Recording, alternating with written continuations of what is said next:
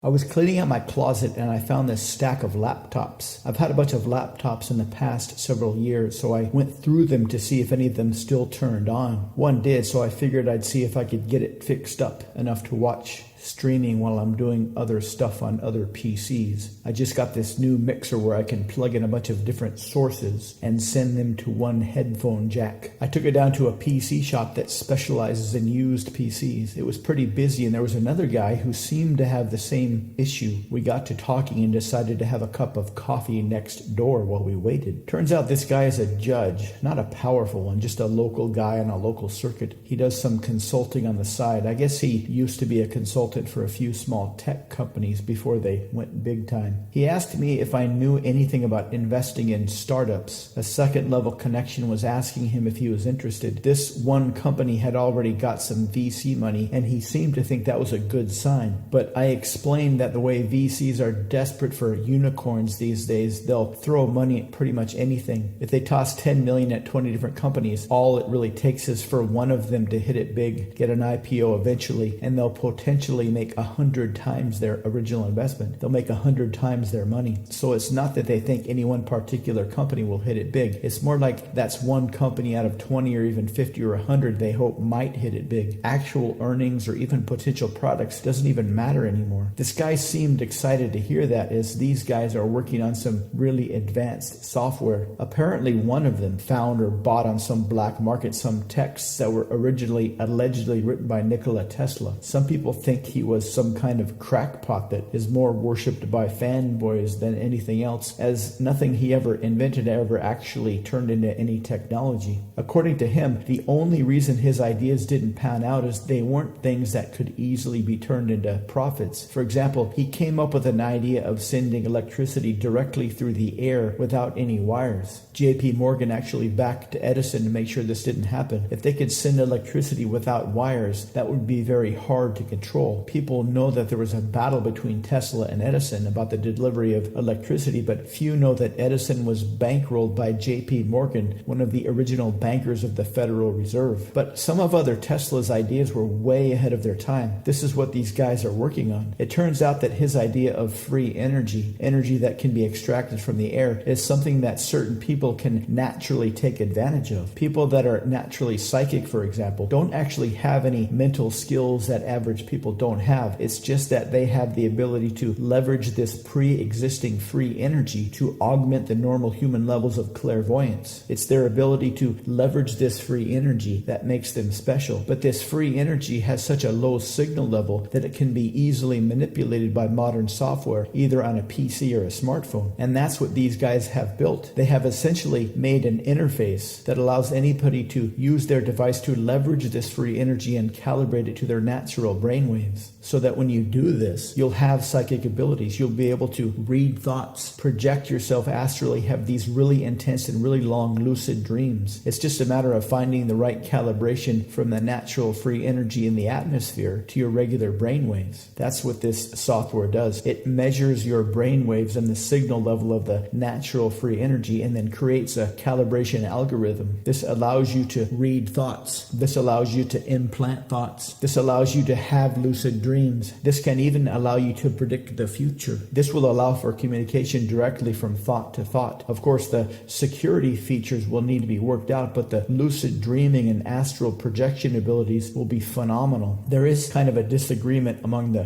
developers, though. Half think they should develop it and sell it directly to the public. The other half believe that if they even try that, the military will shut them down and take it anyway, so they should just sell it directly to them to begin with. That's one reason why they are interested in getting this judge on their side. He's not so powerful himself, but he does have a few DC connections that might work. I guess a low-level judge like him doesn't make a lot of money. He's not really interested in climbing up the political ladder. He actually makes more consulting on the side than he does as a judge. He did tell me that even at that low local level, there is way more corruption than you could possibly imagine. That the entire country at this point is absolutely rife with corruption, which is something most people kind of know anyway. anyway, but it's kind of depressing to hear that straight from the horse's mouth. I guess the more things change, the more they stay the same. Turns out all I needed was to download a few driver updates and I'm good to go. My processor and memory make my old laptop pretty worthless for anything except streaming or maybe doing some writing in Starbucks, whatever. The rest of my laptops are all bricked. I guess even PCs these days are built to only last a couple of years or even less before you're forced to